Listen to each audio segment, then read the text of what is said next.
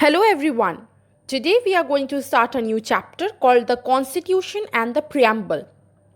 Now we all know that India got her independence on 15th August 1947 after a very long and difficult struggle with the British.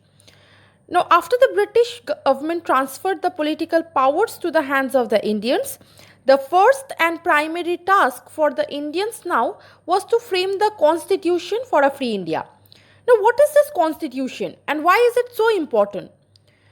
Constitution is defined as a body which contains the fundamental rules or the basic rules and regulations according to which a country is organized and governed.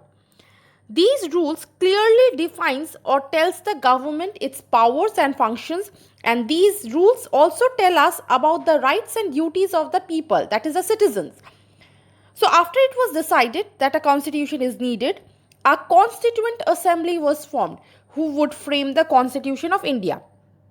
Now this assembly was an elected body. That means the members were selected through a voting and the members were chosen from different communities and classes of India who had different shades of opinion.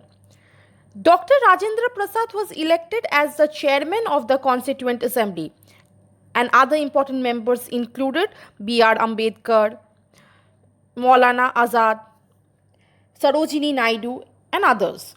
The first meeting of the assembly was held on 9th December 1946, and after 2 years, 11 months, and 18 days, they completed their task, and finally, the Constitution of India came into force on 26th January 1950.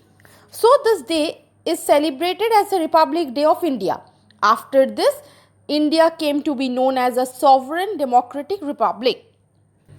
Now, the preamble is an important part of the Constitution. But what is this preamble? It is the introduction to the Constitution. It helps us to understand the vision and aspirations of the framers. It tells us about the source of the Constitution, the nature of the state, and its main objectives. Now, what is the source of the Constitution?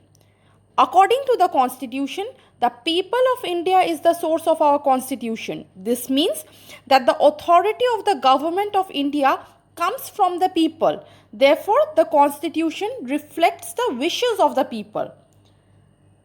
Now, the Constitution of India defines the nature of our country, as per which India is a sovereign nation. But what is sovereign? Sovereign means that India is a free and independent country and that no outside power or other countries can interfere or control the internal as well as external affairs of our country.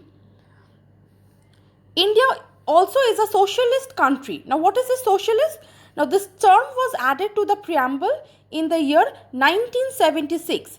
And the main aim behind this was to promote socialism in India. And what does that mean? Socialism means fair distribution of the country's wealth. This means that the country's wealth has to be distributed fairly among all the sections of the people. This was done to provide equal opportunities to all and bridge the gap between the rich and the poor. Now, as per the Constitution, our India is a secular country. Now, what is this secular? This term was also added to the preamble in the year 1976. And a secular state, as per the Constitution, is defined as the one which does not have an official or state religion. That is, the state cannot promote one particular religion. Then it does not discriminate against anyone on the grounds of religion. That is, any person should not be treated differently because of his or her religion or belief. A secular state does not favor or promote any particular religion. That means the state cannot discriminate or favor any one particular religion.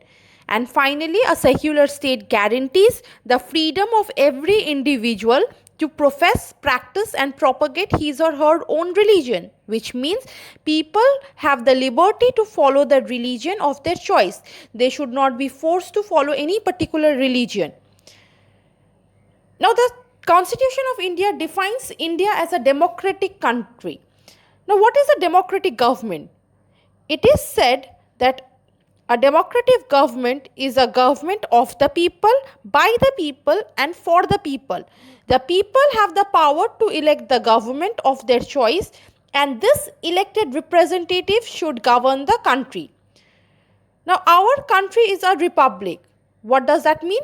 That means republic is a state where the head of the state is an elected official and not a king or a dictator.